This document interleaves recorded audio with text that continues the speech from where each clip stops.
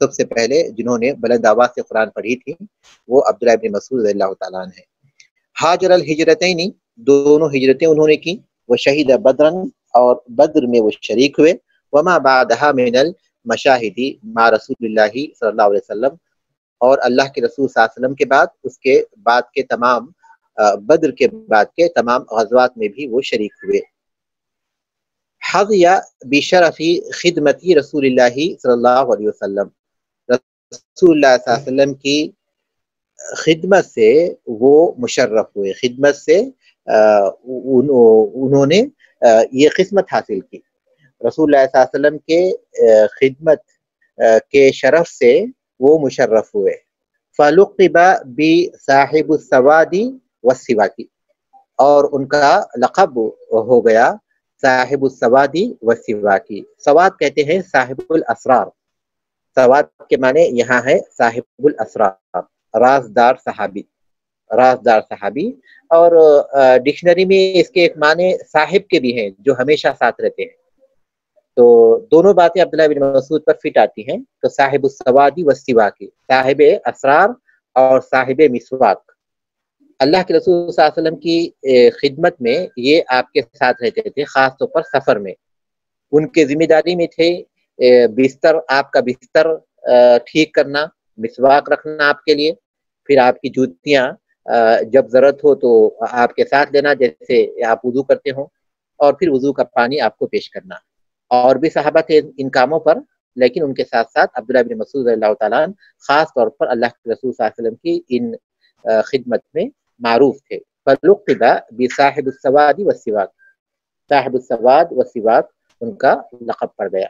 حتی لقد ظنہ ابو موسیٰ الاشعری، ابو موسیٰ الاشعری رضی اللہ عنہ من اہل بیت النبی صلی اللہ علیہ وسلم، یہاں تک کہ ابو موسیٰ اشعری رضی اللہ تعالیٰ عنہ عبداللہ ابن مسعود رضی اللہ تعالیٰ عنہ کو رسول اللہ صلی اللہ علیہ وسلم کے اہل بیت میں شمار کرتے تھے، رسول اللہ صلی اللہ علیہ وسلم کے اہل بیت میں سمجھتے تھے۔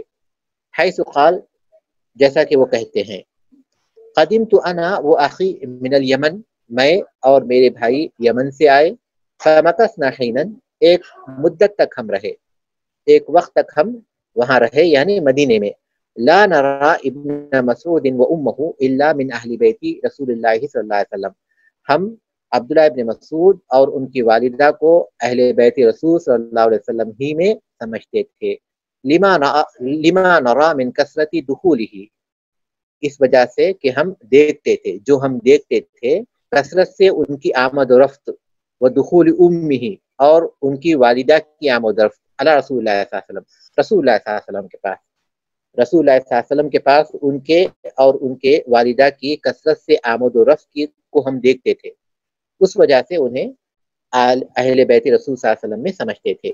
وہ لزومہ لہو، اور آپ کے ساتھ عبداللہ ابن مسعود رضی اللہ تعالیٰ کی ملازمت، جو ہمیشہ آپ کے ساتھ رہتے تھے، آپ کی صحبت میں رہتے تھے، آپ کی خدمت میں رہتے تھے، اس کی وجہ سے ابو موسیٰ الاشعری رضی اللہ تعالیٰ کہتے ہیں کہ ہم اللہ کے رسول، ہم عبداللہ ابن مسعود اور ان کی والدہ کو اہل بیت رسول صلی اللہ علیہ وسلم میں سمجھتے تھے۔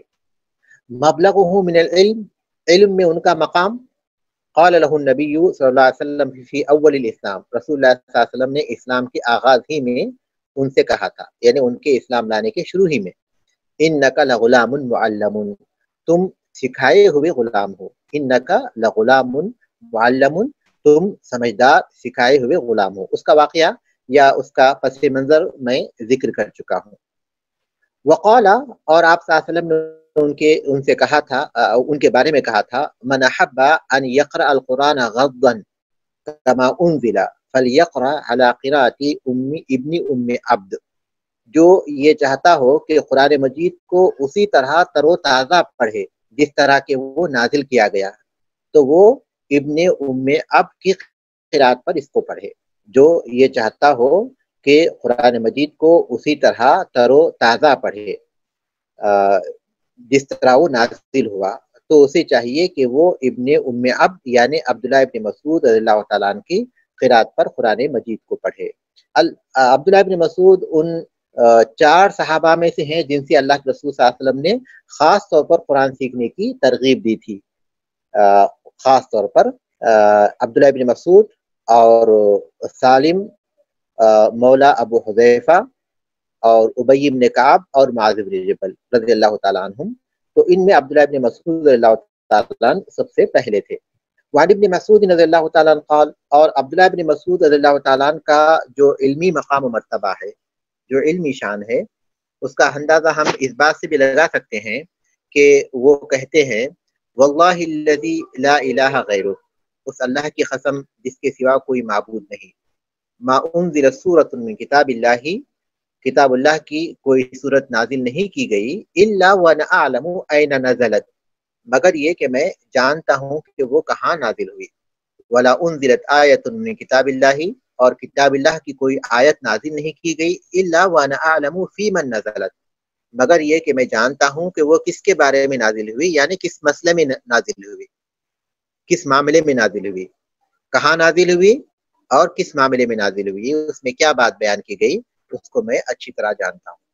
وَلَوْ أَعْلَمُ أَحَدًا أَعْلَمُ مِنِّي بِكِتَابِ اللَّهِ, اور اگر میں کسی کے بارے میں جانتا کہ وہ کتاب اللہ کا مجھ سے زیادہ جاننے والا ہے, تَبْلُغُهُ الْإِبِلُ, اور وہاں تک اونٹ پہنچ سکتے ہوں, لَرَكِبْتُ إِلَيْهِ, تو میں وہاں تک سفر کرتا, اس کے پاس سفر کر جاتا.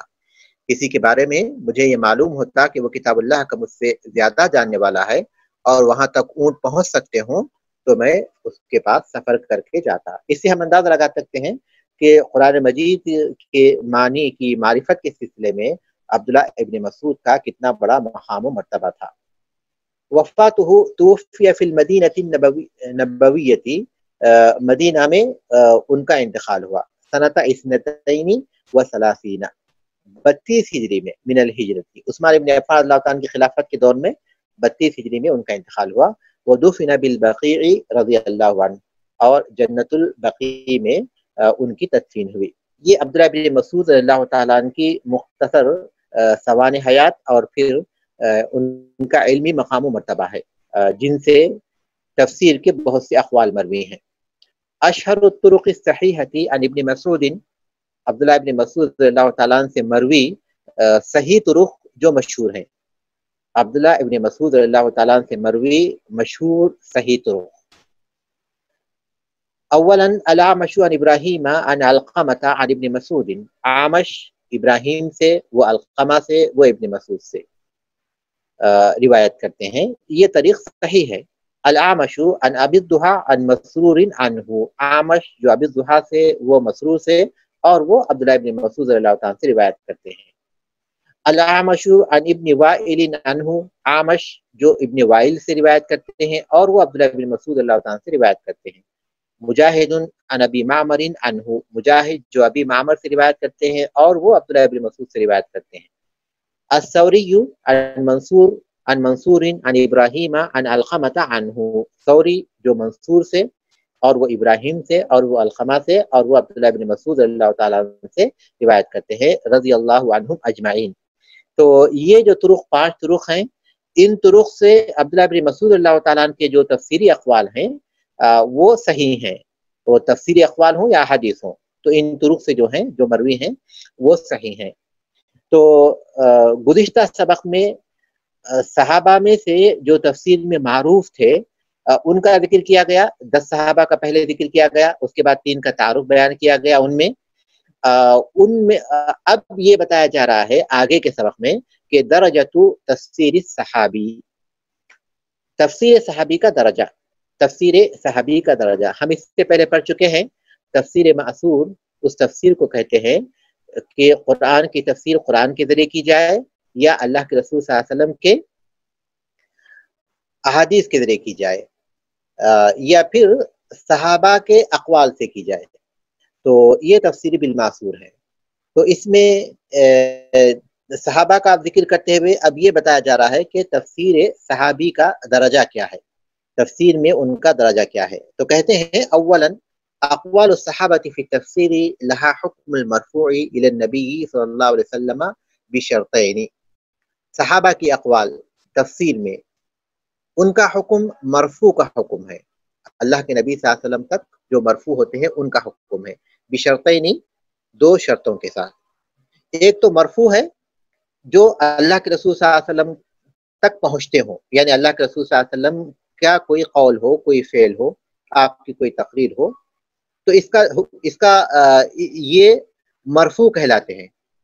لیکن وہ جو صحابہ سے مروی ہیں، لیکن وہ بعض ایسی چیزوں کے بارے میں ہیں کہ اس میں ہم یہی سمجھیں گے کہ اللہ کے رسول صلی اللہ علیہ وسلم نے ہی کہا تھا، آپ ہی کی بات ہوگی، تو اس کو ہم کہتے ہیں مرفوع فی الحکم، مرفوع فی الحکم۔ ہم ان کو مرفوع نہیں کہتے، حکم میں مرفوع کے درجے میں ہے وہ۔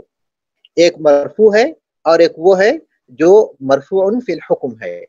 تو اب یہاں ہم جس کا ذکر کر رہے ہیں وہ مرفوع فی الحکم ہے، وہ صحابہ کے اقوال ہیں، صحابہ کے اقوال ہیں، لیکن وہ دو شرطوں کے ساتھ مرفوع کے درجے میں ہوتے ہیں یا مرفوع کے حکم میں ہوتے ہیں۔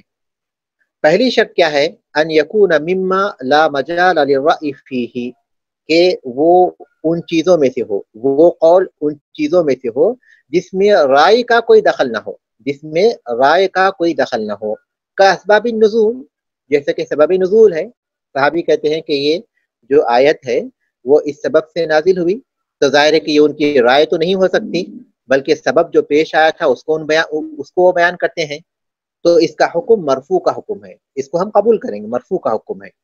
واحوال القیامت والیوم الآخر ونحوها، یا ان کے وہ اقوال ہیں جو ان تک تو ثابت ہیں، صحابی کے قول کے طور پر ثابت ہیں، لیکن وہ قول قیامت کے احوال کے بارے میں ہے اور یوم آخرت کے احوال کے بارے میں ہے اور اس جیسی چیزوں کے بارے میں جیسے امور غیب کے بارے میں ہے، تو ظاہر ہے کہ اس میں ان چیزوں میں رائے یا پھر خیال کا کوئی دخل نہیں ہوتا، کیونکہ احوال قیامت کے بارے میں تو ظاہر ہے کہ اپنی کوئی رائے ہے وہ بیان نہیں کی جا سکتی، اپنا کوئی خیال ہے وہ بیان نہیں کیا جا سکتا، تو اس لیے تو ایسی چیزیں جو جس میں رائے اور خیال کا کوئی دخل نہیں ہوتا، جیسے کہ اسباب نزول ہے یا احوال قیامت ہے یا احوال یوم آخرت ہے، ان اور اس جیسی چیزیں ہیں جیسے امور غیب ہیں، ان چیزوں میں ان کے جو اقوال ہوں گے وہ مرفوع کے حکم میں ہوں گے، یہ پہلی شرط ہے۔ دوسری شرط یہ کیا ہے؟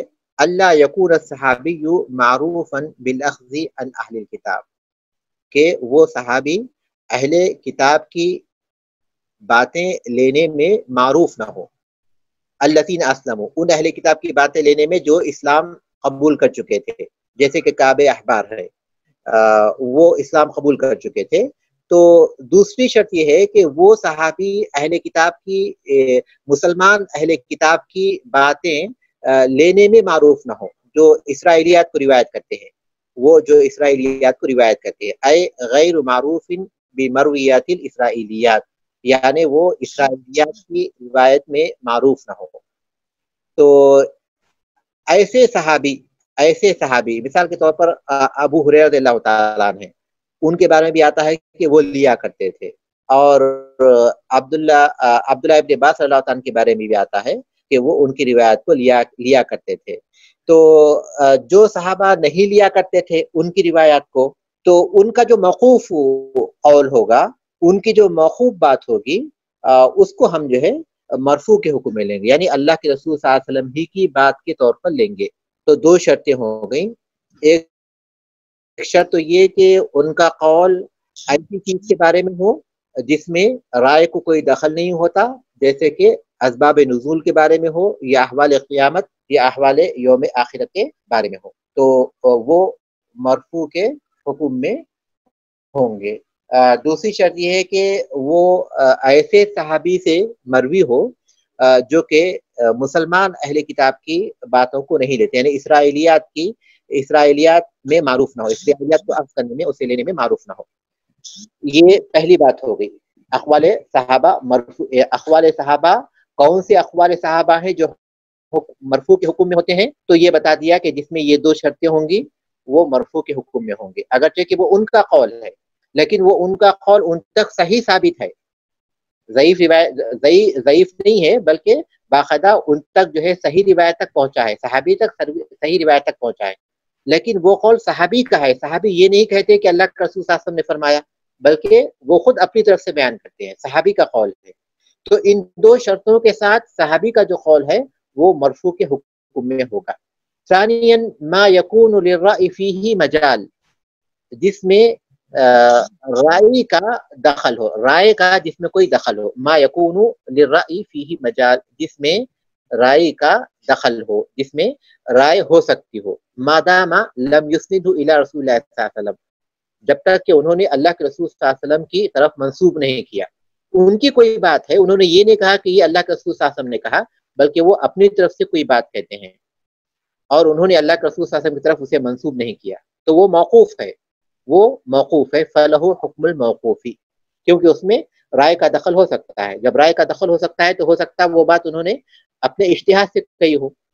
اگر رائے کا اس میں دخل نہ ہو تو اوپر گزر چکا کہ وہ مرفوع کے حکم ہو، لیکن اگر وہ ایسی چیز ہے جس کا تعلق رائے سے ہے، جس کا تعلق خیال سے ہے، تو وہ ان کا اجتہاد ہو سکتا ہے، تو اس کا حکم موقوف کا حکم ہوگا.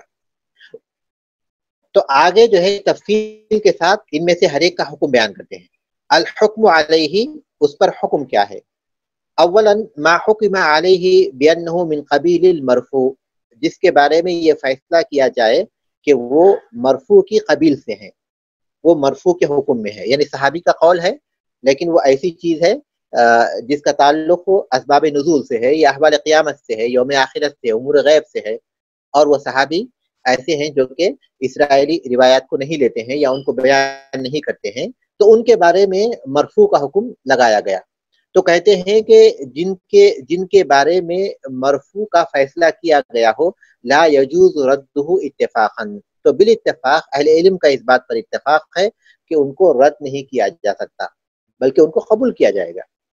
ان کو رد نہیں کیا، ان کو رد کرنا جائز نہیں ہے.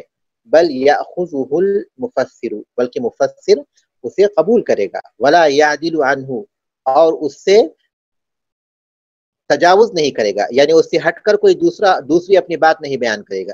ولا یعدل عنہ الی غیرہ، اور ان کے اس قول کو چھوڑ کر کسی دوسرے قول کی طرف نہیں جائے گا. بأیۃ حال، کسی بھی حال میں. صحابہ کے وہ اقوال جو مرفوع کی قبیل سے ہیں، یعنی جن پر مرفوع کا حکم لگایا گیا ہو، تو ان کو رد نہیں کیا جا سکتا بالاتفاق. مفسر اسے لے گا اور اس قول کو چھوڑ کر کسی اور کے قول کو وہ نہیں لے گا کسی بھی حالت میں. ثانیاً ما حکم علیہ بالوقف، جس پر موقوف ہونے کا حکم لگایا گیا، جس پر موقوف ہونے کا، جس میں رائے کا دخل ہوتا ہے، جس میں رائے کا، جس میں اجتہاد کا دخل ہوتا ہے. تو جس پر جیسے کسی آیت کے وہ معنی بیان کرتے ہیں لغوی طور پر، تو اس میں کوئی اور بھی قول ہو سکتا ہے. تو جس پر موقوف کا حکم لگایا گیا ہو، تختلف فیہ انظار العلماء کالآتی، تو اس میں علماء کے اقوال مختلف ہیں، جیسا کہ نیچے دیا جا رہا ہے، جیسا کہ نیچے آ رہا ہے. الف ذهب فريق الا ان الموقوف على الصحابي من التفسير لا يجب الاخذ به. علماء کا ایک فریق اس طرف گیا ہوا ہے، یعنی یہ خیال رکھتا ہے کہ الا ان الموقوف على الصحابي، کہ وہ جو صحابی پر موقوف ہو، من التفسیر، تفسیر میں سے وہ اقوال جو صحابی پر موقوف ہوں، لا یجب الاخذ به، ان کا لینا واجب نہیں ہے. یہ دوسری قسم کی چیز کے بارے میں ہے. یعنی پہلا وہ جو مرفوع کے حکم میں ہو اس کو تو لینا واجب ہے، دوسری جو وہ موقوف کے حکم میں ہے تو اس کے بارے میں علماء کے اقوال مختلف ہے. پہلا قول یہ ہے کہ اس کو لینا واجب نہیں ہے، لأنہ لم یرفعہ، اس لیے کہ انہوں نے اسے مرفوع کے طور پر بیان نہیں کیا، یعنی اللہ کے رسول صلی اللہ علیہ وسلم کی طرف اس کی نسبت نہیں کی. علماء لأنه لما لم يرفعه، اس لیے کہ انہوں نے اسے مرفوع نہیں کیا. علماء انه اجتہد فی، اس سے معلوم ہوا کہ انہوں نے اس میں اجتہاد کیا. والمجتہد یخطئ ویصیب، اور مجتہد خطا بھی کرتا ہے اور وہ درست بھی کہتا ہے.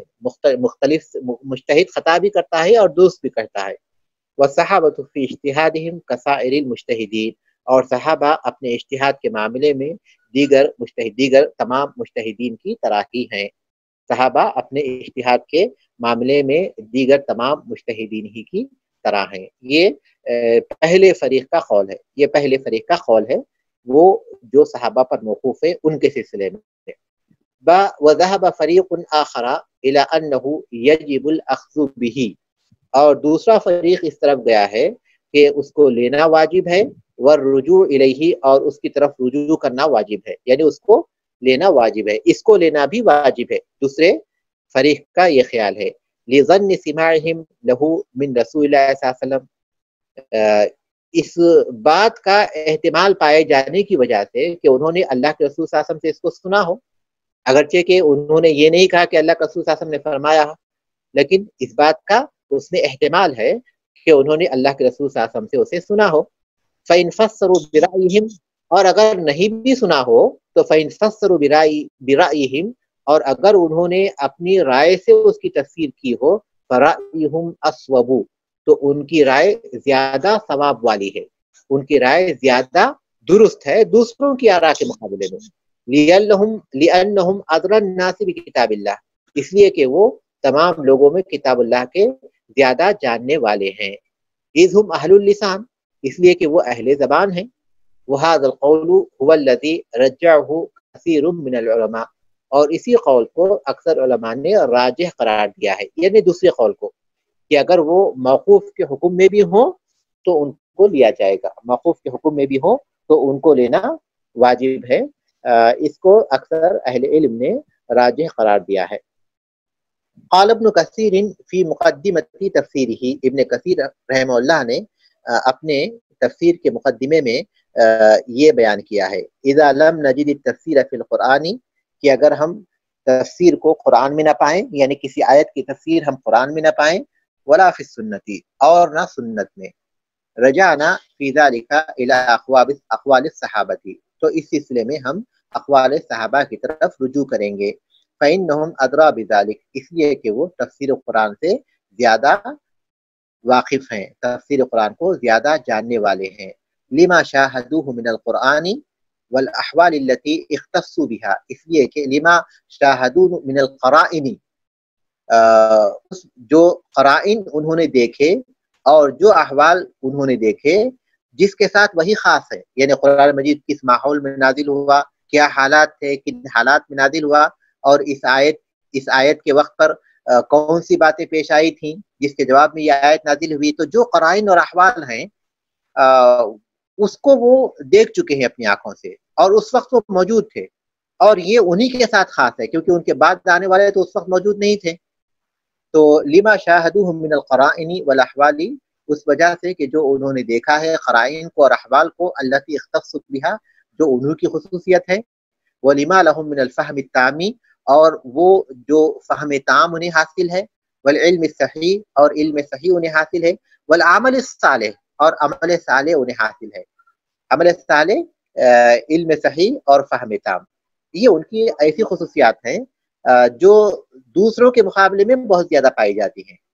ولا سیما علماءهم وکبراءهم، خاص طور پر وہ جو ان کے علماء ہیں اور وہ جو کبار صحابہ ہیں، کل ائمۃ الاربعہ والخلفاء الراشدین، جیسا کہ ائمہ اربعہ، یہاں جو ہے ائمہ اربعہ سے مراد خلفاء راشدین ہی ہیں کیونکہ صحابہ کا ذکر آ رہا ہے، اور یہ اس کی تفسیر ہونی چاہیے خلفاء راشدین، اس سے مراد خلفاء راشدین ہے، یعنی کل خلفاء راشدین اگر ہم اتنا بھی کہہ دیں گے تو یہ کافی ہو جائے گا، کل خلفاء راشدین یہ کہنا بھی کافی ہو جائے گا۔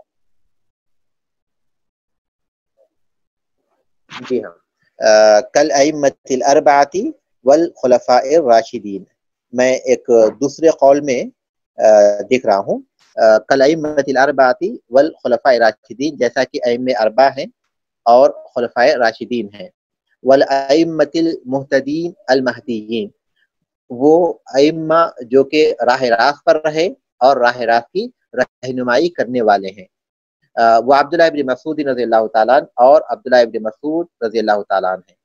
تو خلفاء راشدین ہیں، عبداللہ ابن مسعود ہیں، اور پھر عبداللہ ابن عباس ہیں، اور ان کے علاوہ دوسرے صحابہ ہیں جن سے بہت سے تفسیری اقوال آئے ہیں۔ تو یہاں یہ صحابہ کی جو تفسیر کا جو باب ہے وہ یہاں ختم ہوتا ہے، جس میں دو باتیں بیان کی گئیں۔ پہلی قسم کی باتوں کا تعلق صحابہ میں سے جو اہل تفسیر تھے ان میں سے بعض کے ناموں کا ذکر کیا گیا اور بعض کا تعارف پیش کیا گیا. دوسری قسم میں اس کا حکم بیان کیا گیا کہ صحابہ کے جو اقوال تفسیر میں بیان کیے گئے ہیں ان کا کیا حکم ہے. اس کے بعد دیکھیے اسئلہ ہم لوگ کر لیں گے, اس کے بعد آپ لوگ کچھ سوالات کر سکتے ہیں. تحدث عن عبداللہ بن مسعود رضی اللہ تعالیٰ من حیث, عبداللہ بن مسعود رضی اللہ تعالیٰ کے بارے میں بیان کیجئے ان حیثیات سے جو نیچے آ رہی ہیں. ترجمتہ, ان کا ترجمہ یعنی ان کی سیرت. مبلغہ من العلم, با ہے مبلغہ من العلم, علم ان کا علمی مقام. تاریخ وفاتہ, ان کی تاریخ وفات. اشہر الطرق الصحیحۃ عنہ, ان سے جو صحیح طرق مشہور ہیں. السؤال الثانی متى يكون تفسیر الصحابی حکم المرفوع الى رسول صلی اللہ علیہ وسلم ومتى يكون له حکم الموقوف. تفسیر صحابی کب مرفوع کے حکم میں ہوتے ہیں اور کب ان کا حکم موقوف کا ہوتا ہے. کب مرفوع کے حکم میں ہوتے ہیں, کب ان کا حکم مرفوع کا ہوتا ہے. ما حکم تفسیر الصحابی اذا اعتبر من قبیل المرفوع الى رسول صلی اللہ علیہ وسلم.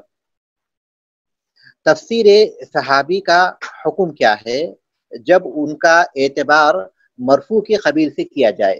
جب ان کا اعتبار مرفوع کے قبیل سے کیا جائے تو تفسیر صحابی کا کیا حکم ہوتا ہے. رابعا اختلف العلماء فی حکم الموقوف علی الصحابی علی قولین. علماء نے صحابی پر جو موقوف ہو, جس پر موقوف کا حکم لگایا گیا ہو, علماء پر صحابی پر موقوف جو ہو, جس پر صحابی پر موقوف کا حکم لگایا گیا ہو, اس سلسلے میں علماء کے دو قولوں کے ذریعے علماء نے اختلاف کیا. اذکرہما, ان دونوں کا ذکر کیجئے. ومر راجح منہما, اور ان دونوں میں کون سا قول راجح ہے اس کا بھی ذکر کیجئے. یہاں ہمارا سبق ختم ہوا. کوئی چیز اگر آپ سمجھ نہیں سکے ہیں تو وہ پوچھ سکتے ہیں, اور کوئی سوال سبق کے سلسلے میں آپ کے پاس ہو تو آپ پوچھ سکتے ہیں. یہ شخص اینڈ پہ جو آپ نے بتایا ہے کہ کل ائمۃ الاربعہ, تو پھر وہ آگے آپ نے کہا کہ اس سے بھی مراد خلفائے راشدین ہی ہے, اور پھر آگے ان کو جو ہے اصل میں ائمہ اربعہ کے طور پر بھی شمار کرتے ہیں نا. ٹھیک ہے, تو چاروں خلفاء, تو اس حیثیت سے وہ اسی کی تاکید کر رہے ہیں.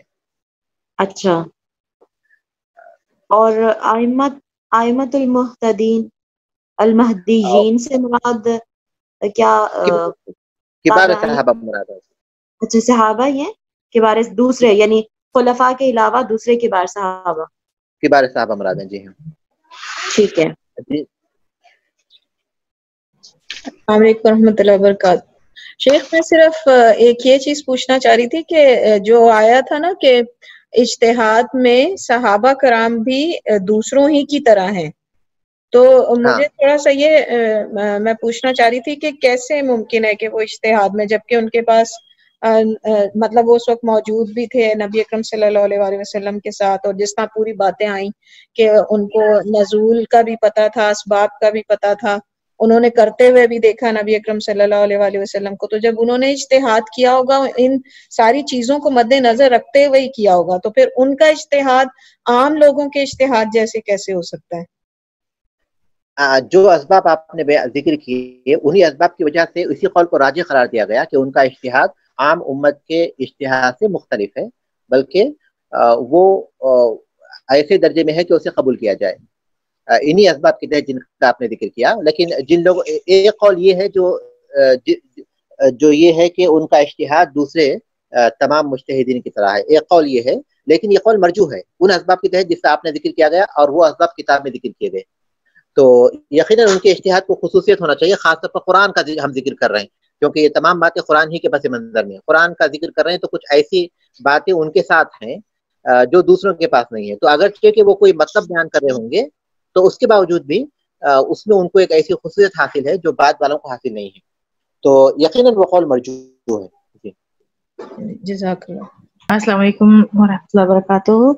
شیخ صاحب میں نے ایک سوال پوچھنا تھا. یہ جو آپ نے بتایا تھا فہم التام والعلم الصحیح والعمل الصالح, فہم التام کا مجھے تھوڑا سا بتا دیجیے کیا ہے؟ فہم التام کیا مطلب؟ مکمل فہم کسی بھی چیز کو, کسی بھی چیز کے مفہوم کو پوری طرح سمجھ جانا، کیونکہ وہ صاحب زبان تھے، تو اس زبان میں اور پھر جس ماحول میں قرآن نازل ہوا تو اس ماحول میں ان الفاظ کو کس طرح بیان کیا جاتا تھا، اور پھر اس طرح کے الفاظ میں کیا مفہوم ہوتا ہے، تو مفہوم کو سمجھنا، فہم تام سے مراد کسی بھی لفظ کے مفہوم کو کلی طور پر سمجھنا، مکمل طور پر سمجھنا۔ جی جزاک اللہ خیر۔